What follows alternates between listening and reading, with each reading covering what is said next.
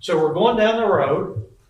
We got a mud flap missing, and we got the ABS lamp on the trailer lit up. What does that mean? Inspect me. Inspect me. It says, come inspect me. I'm lonely.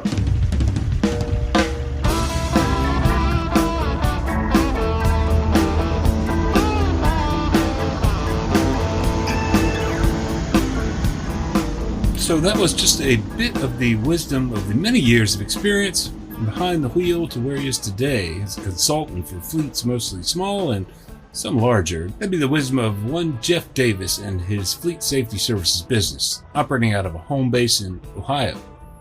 He's been a regular presenter at the National Association of Small Trucking Companies now for years, and that's where I caught the audio you heard there. Davis was addressing a packed house of owner-operators and other small fleet owners on the topic of practical steps to take to avoid inspections. That is, you just don't need them. I'm Todd Dills, your host for this February 23rd, 2024 edition of Overdrive Radio, where we'll hear more about that ABS malfunction indicator on the trailer. Regular readers will recall those trailer malfunction indicators were a focus of the 2023 Roadcheck inspection blitz. And leading into the event, I found that warning light systems on trailers accounted for well more than half of all air brake related ABS violations. There's a reason for that, as Davis noted. When something's awry, that light comes on, giving an easy visual cue for an officer to inspect. And if you're inspected, well, it's a likelihood of violations and issues then that can compound for you or your small fleet. This year, Roadcheck's focus is drug and alcohol, but another piece of the braking system too, namely the tractor protection system that's a fail-safe designed to keep pressure in the air system in the event of a big loss somewhere. My colleague Alex Lockie here with Overdrive this week spoke to Jeremy Disbrow with CVSA, an inspection specialist and longtime law enforcement officer, about how they check the tractor protection system, a standard part of Level 1 inspection. Disbrow said many among operators he's experienced through the years take the wrong approach to it. Here's what inspectors do to make certain it's working correctly and maintaining at least 20 psi in the system.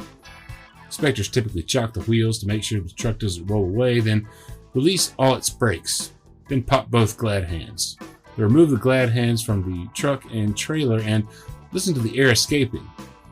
Once it stops, they go back up to the cab, and as long as pressure in the system is 20 psi or higher, all is well. If testing that valve that way isn't part of your pre-trip, consider it making it one, Jeremy Disbrow said, and beware lesser approaches to the process, he added. He noted a lot of guys think they're testing for it when they pump down the brakes and wait for the dash valve to pop out, but it's not really the same thing. Find Alex Lockie's reporting with more detail from that overview for Roadcheck this year, happening in mid-May at overdriveonline.com. I'll post a link to it in the show notes too. As for downstream ramifications of any individual inspection, if Warren McCurdy's story from a couple weeks back wasn't enough, Jeff Davis at the NASTC conference sought to emphasize ways you can minimize the likelihood of getting sideways with auditors and roadside officers. And here's how he set the stage for the talk. What we want to do today is hopefully help you in the future with your roadside inspections and how to prepare for a DO2 audit. Those two things go hand in hand. Number one, how do we avoid roadside inspections? You say, Jeff, why do you want to talk about that? Well, the reason I want to talk about how to avoid roadside inspections is it's roadside inspections eventually work right into a DOT compliance, which eventually works into your insurance, which eventually works into the courtroom. So you have a number of things going on that start with a roadside inspection. Jeff Davis then asked for questions from the audience by which he could tailor his talk. Given the subject, they duly came. Question is, how do you volunteer for an inspection? Okay? Any other questions? Good question. We'll get to it. Better yet, Davis summarized the next question this way. Why would you volunteer for an inspection? That's a better question. Clearly, he touched a nerve with this topic. Another small fleet owner in the audience asked about the quandary of having no inspections on the official record in this day and age and trying to work with the myriad brokers in the marketplace. So many, he said, view a carrier with no inspections de facto as a potential double broker. not a risk worth taking. The question spawned a veritable eruption of discussion throughout the room as another owner then set Davis up for what was to come amid all the crosstalk with this. The question is, does law enforcement have criteria in how they choose you for a roadside inspection? Oh, I owe you $50 because you just set me up perfectly. Great question. After the break, plenty more on that question and a re-emphasis of the import of any adverse roadside inspection as it flows through the federal CSA safety measurement system and into the federal compliance review program and owner-operators and other small fleets insurance rates, prospects for business, and more. So keep tuned. Are freezing temps putting the brakes on your diesel engine? For unbeatable protection against diesel fuel gelling, trust the experts at House Products. Stock up on House Diesel Treat, the nation's most trusted anti-gel. And to be safe from the harshest winter conditions, make sure you have House Diesel Lifeline on hand, the fastest-acting gelling rescue product. Available nationwide, House products are designed to keep you rolling through the toughest conditions. House, tested, trusted, guaranteed. Visit houseproducts.com. That's HOWES. houseproducts.com. If you're looking ahead to the Mid-America Trucking Show next month, March 21st through the 23rd in Louisville, Kentucky, no doubt join Overdrive at the Big Partners in Business Seminar Friday the 22nd at 2:45 p.m. with ATBS on owner-operator survival strategies and tactics to thrive in a down market like the present. But keep an eye out for news from House Products as well about a new inductee into their House Hall of Fame, in addition to more from the company. Stop by their booth there and tell them Todd from Overdrive Radio sent you. Hope to see you in Louisville. Okay, here's Jeff Davis getting into the meat of his talk around the full import of roadside inspections, the National Association of Small Trucking Companies Conference in Nashville this past November. Here we go. My job is to help motor carriers. I love working with the smaller carriers. I work with large carriers and small carriers. I work with a number of motor carriers that are going through the new entrant process. To just give you an idea of that, in the state of Ohio, each month right now there's 543 new entrants coming into the state at any one month at a time. So it's a huge overflow of new carriers coming in. But what we want to talk about is how can we run our companies better? How can we avoid roadside inspections? When I started going over this stuff, people thought I was crazy. Oh no, you can't avoid roadside inspections. I really think you can. I think the data is out there. I think it's really obvious of how you can work through, as you drive down the road, how you can avoid those inspections.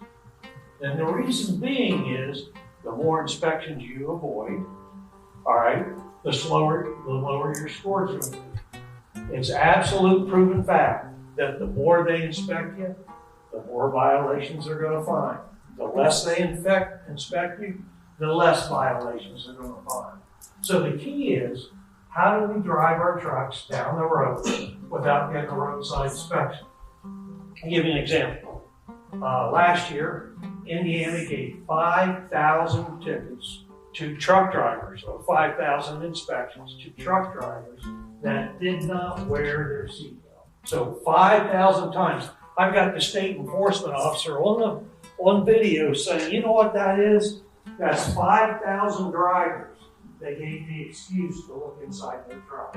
So when we start looking at some of the data, we'll see that most of the roadside inspections, in fact, well over 50%, and even 70% in some cases, can be avoided if we did the right things at the right time.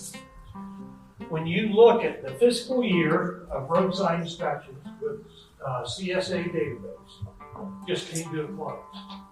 And when you look at it, you'll see that 33%, almost 34% of all roadside inspections were done on fleet sizes from 1 to 6. So out of the 3 million, 2.9 million inspections that we had last year, about 34% of them were on small fleets. Now the question is, how many small fleets are there versus large fleet trucks, so on and so forth. That should be very eye-opening. So when you're driving down the road and you get a potential for a roadside inspection, all right, The investigators will use their software, which is one of our questions, which we'll get into, of how to pull you over and when to pull you over in some cases. 34% of the time, fleets 1 to 6.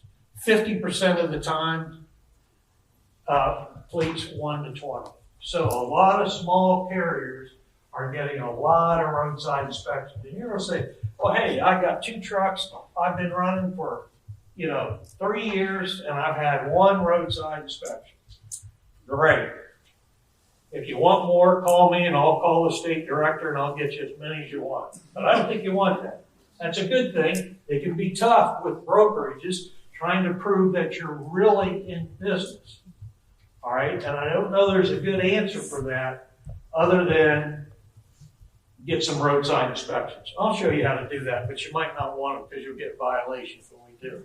Hey, what are the consequences of a roadside inspection? It all starts with driver performance. It's what we do as drivers. It's what your drivers do, the way they perform and drive on the road, which initially will issue you your CSA scores. So if you have drivers with no violations, you'll have low scores, you won't have enough data in there to get a score, and you'll look good, at least in the CSA scorecard. If the opposite happens, if you end up getting a number of inspections and you get into the alert status, I think one of the questions is, how do you know if you're going to get audit or where are you on the audit scale? What they do in state to state is each month, the Federal Motor Carrier Safety Administration sends out to every state a ranking of the motor carriers, basically how many alerts they have, what their scores are, and then each state can manually break up those audits. I'll give you an example. In Ohio, Ohio's divided into 4 quadrants, and they divide the motor carriers by domicile into the four different sections, and then they divide it by auditor, and it comes up as a ranking on their laptop, just like the top 10 in football, or the AP rankings. So the carriers with the highest violations, highest numbers, highest alerts, go high on the list. Now, there's another reason for an audit. The other main reason I see for audits are driver complaints. If a driver complains to the FMCSA, the FMCSA determines that's a non-frivolous complaint, then at that point, they can initiate investigation. But usually, today, in most cases, it's driven by your CSA score.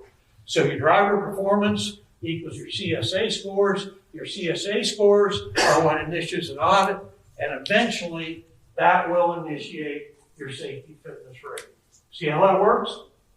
So if we control the data at the top, the input of our data, our driver performance, not easy to do, but if we're able to do that, if we hold our drivers accountable, if we have a good safety culture, that will eventually lower our scores. Once we get lower our scores, we'll be less on the audit radar. Make sense? Now all we have to do is just control roadside inspections. That's the beginning point. So we'll work with that. When we look at roadside inspections, and this is data that's gone on for 2 or 3 years, some rough numbers here.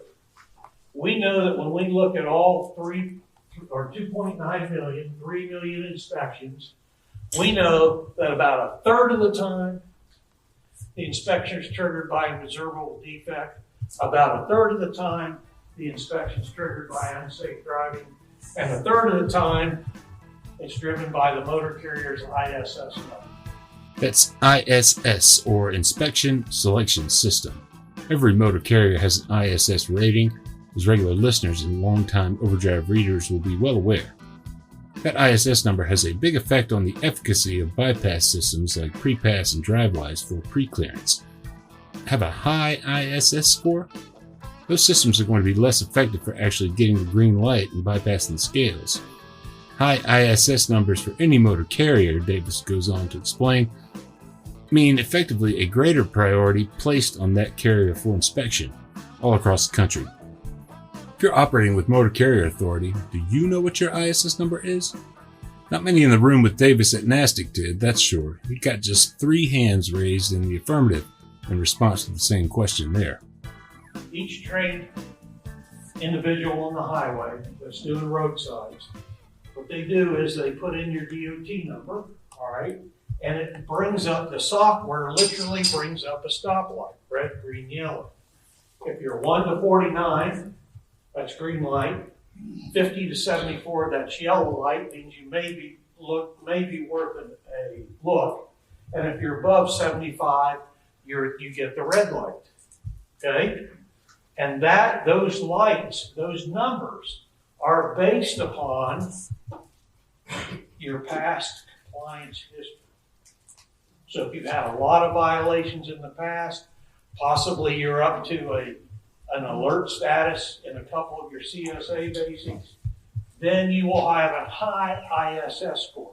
Doesn't mean you're going to be inspected every time, but it does mean that if it's between you and another truck, a high ISS score will cause that roadside inspection. Now, here's the trick. I've seen carriers that had no CSA scores. They had an adverse DOT audit, had some critical violations in a DOT audit. By the way, your CSA score has nothing to do with your safety rating score. It is apples and oranges. They are not the same. They're calculated differently. So I've seen motor carriers that have had low CSA scores, their ISS number getting the green light, 20, 30, 15, 18. They have an adverse audit, and if they have an adverse audit, they quickly go up to the yellow light on the roadside. And if that audit contained critical violations in the hours of service, you automatically go to the red light. So if you have a DOT audit, they come in, they take your ELDs, they suck it down into the E-RODS auditing program, and you end up with a critical violation, and it ends up being an enforcement, your score on the road will go to red light. It'll go 75 and above, usually mid-90s. And it'll stay that way until you correct that alert. Make sense? So if you have a critical violation in the office, it shows up on the road. Hours of service is the only SMS score that automatically puts you up into the alert category. Everybody should know your ISS number. And where you find it is if you log into your SMS scorecard. On the home page, you scroll all the way to the bottom. You'll see carrier history, and you'll see ISS score. You can click on that, and that will show you what your score is. Any questions on that? So that was on the FMCSA portal? Yes, or actually the SMS scorecard, which you can find on the portal or log directly into it. All right, we good? Let's keep moving here. Here we are, crossing the scale. First thing the scale master is going to do is put in the DOT number.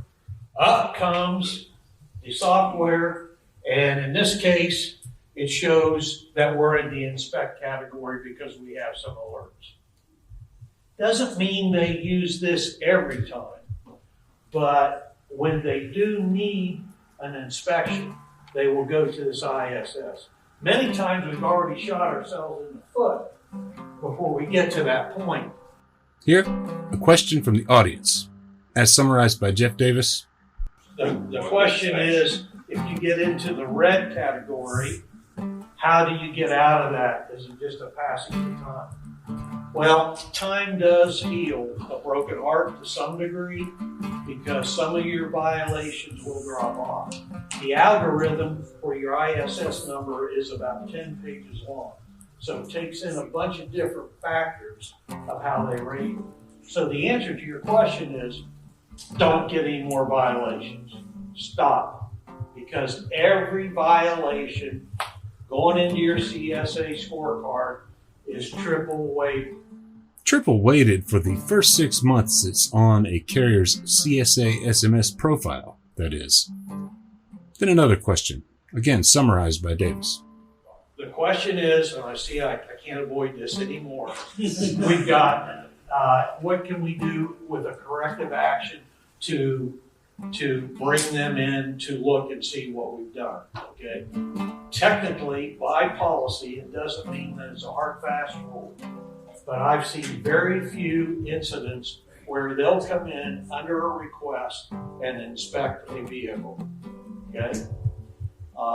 They're monitored very closely on that. They don't want to go down that trail because motor carriers, I believe, could set up different things to get a bunch of clean inspections, okay? So you know, yeah. Well, the point is, they can't catch you and do your job when you're out on the road when you have a chance of something to break. So there's real no good way of doing that that I'm aware of, okay?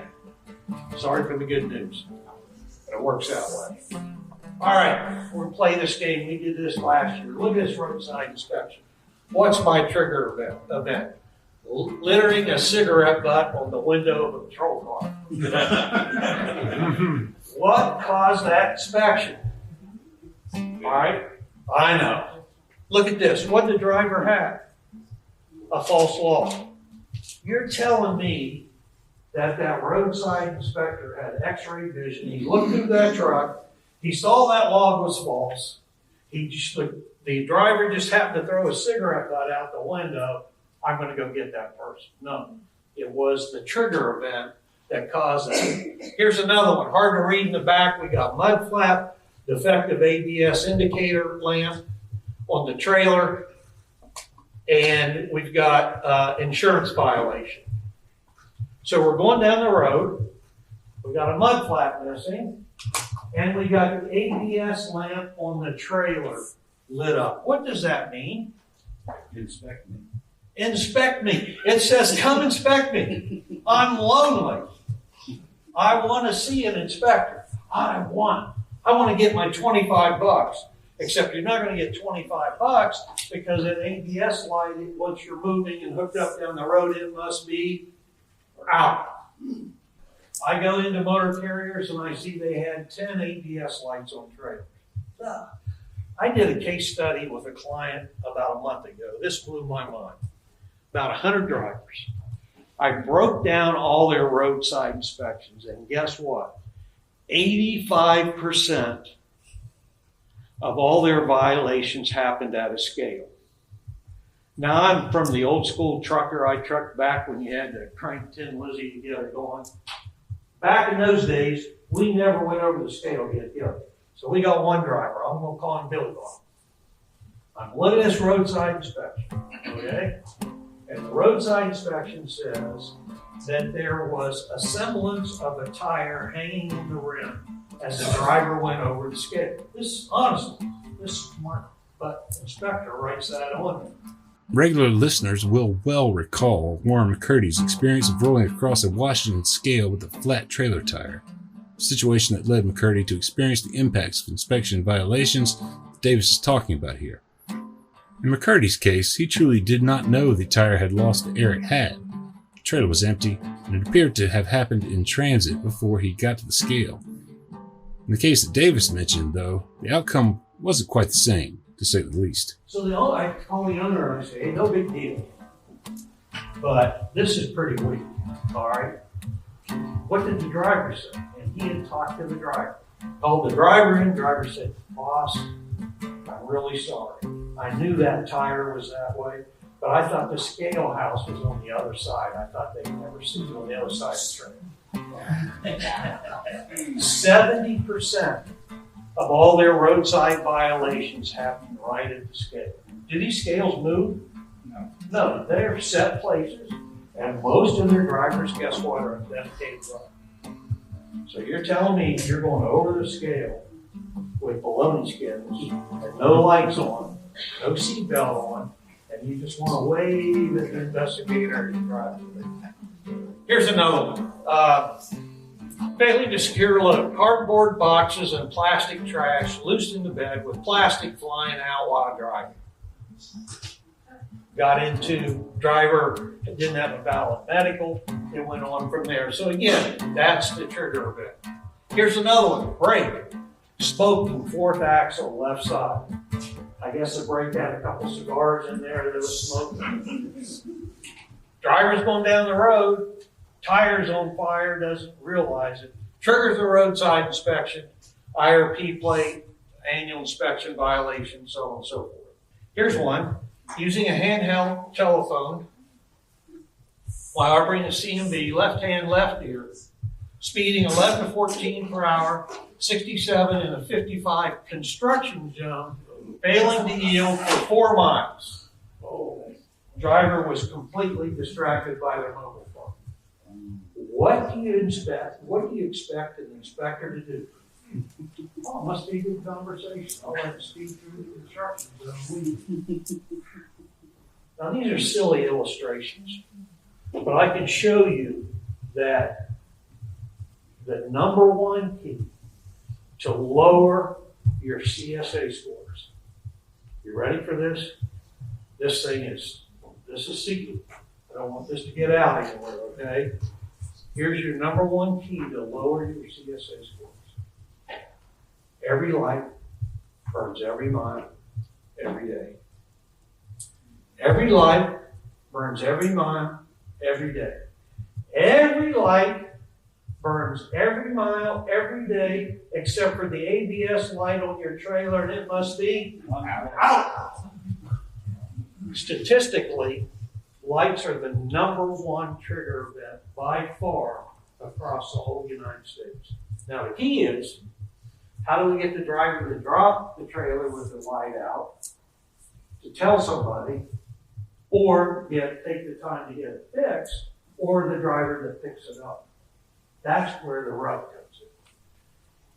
I've had carriers focus solely on their lights, and over a period of time, it takes about 18 months, they drop the number of roadside inspections they had, and they drop their CSA score just by focusing on lights. That's what the data tells us. That's enough of this trigger event. We've got a ton of data to manage out there. We've got critical event data, we got camera data, we got CSA data, we got ELD data. We got all sorts of stuff going on out there, okay? Let's try to bring it down to just a couple basics that the agency wants us to do. Simplify things, in other words, to spend more effort at the root of many an owner-operator and or small fleet's compliance-related problems. Do the things that will give you a better chance of catching issues before the inspector does, or has to, as it were. Again, if you didn't hear Davis the first, or wait, how many times was it? Every light burns every mile, every day. 1. Every light burns every mile, every day. 2. Every light burns every mile, every day, except for the ABS light on your trailer, and it must be out. Hope to see you at Matt's in March. Find more on the subject of inspections with links in the show notes for this Overdrive Radio edition, wherever you're listening. Overdrive Radio is on Spotify, SoundCloud, Apple and Google Podcasts, TuneIn, most any platform. Subscribe so you don't miss an episode, and if you're enjoying these, leave us a rating or review there. Big thanks in advance for it.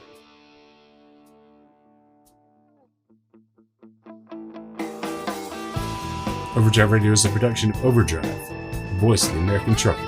It's edited and produced by me, Todd Dills, with the acoustic guitar and other support of trucker-songwriter Long Haul Paul Marhofer. The theme is Legend of the Snake Man by Marhofer, featuring the guitar work of Travis, the Snake Man himself, Whammick, Terry Two Socks Richardson on bass, keys by Tishomingo Jim Whitehead, and on drums, Andrew Marshall. The podcast is backed up further by Overdrive's own news editor Matt Colt, executive editor Alex Lockie, and video editors Lawson Rudisill and Andrew Gwynn. We'll see you next time.